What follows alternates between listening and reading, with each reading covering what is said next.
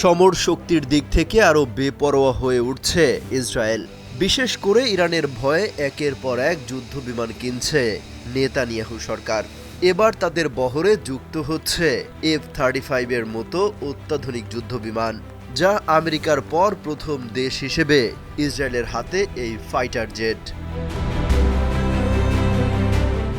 ইসরায়েলের প্রতিরক্ষা মন্ত্রণালয় জানায়, বন্ধু দেশ আমেরিকার কাছ থেকে $300 কোটি অন্তত 25টি যুদ্ধবিমান কিনছে তেল আবিব।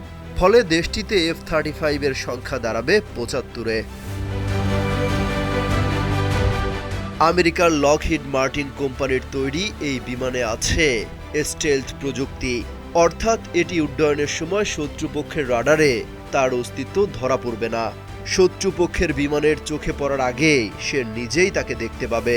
যুদ্ধ বিমানটির পাইলটের হেলমেটে বসানো আছে একটি ডিসপ্লে সিস্টেম, যাতে অন্যদিকে মুখ করে থাকা অবস্থায়ও শত্রুপক্ষের বিমানের দিকে গুলি ছুটতে পারবে। একই সাথে শত্রু লক্ষ্যবস্তুর গতিবিধি চিহ্নিত করতে পারবেন পাইলট। আকাশে ওড়া অবস্থায় রাডার অকার্যকর করে দিতে পারবেন তিনি। এর ক্ষিপ্র গতির কারণে প্রতিপক্ষের আক্রমণ প্রতিহত করতে পারবেন পাইলট।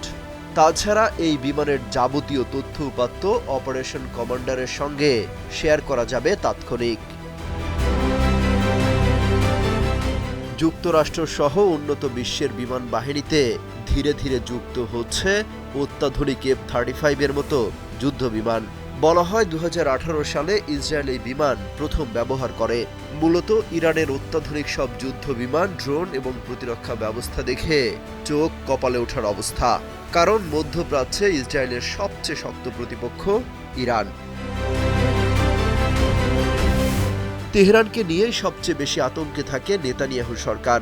ইসরায়েলি ও মার্কিন কর্মকর্তারা বলছেন, ইসরায়েল বিরোধী কর্মকাণ্ড হিসেবে ইরান গত 2 বছরে পারস্য উপসাগর ও আরব সাগরে বাণিজ্যিক জাহাজে অন্তত 4টি ড্রোন হামলা চালিয়েছে। ড্রোন হামলাগুলোতে ইসরায়েলের সঙ্গে যুক্ত জাহাজগুলোকে লক্ষ্যবস্তু করার চেষ্টা করেছে।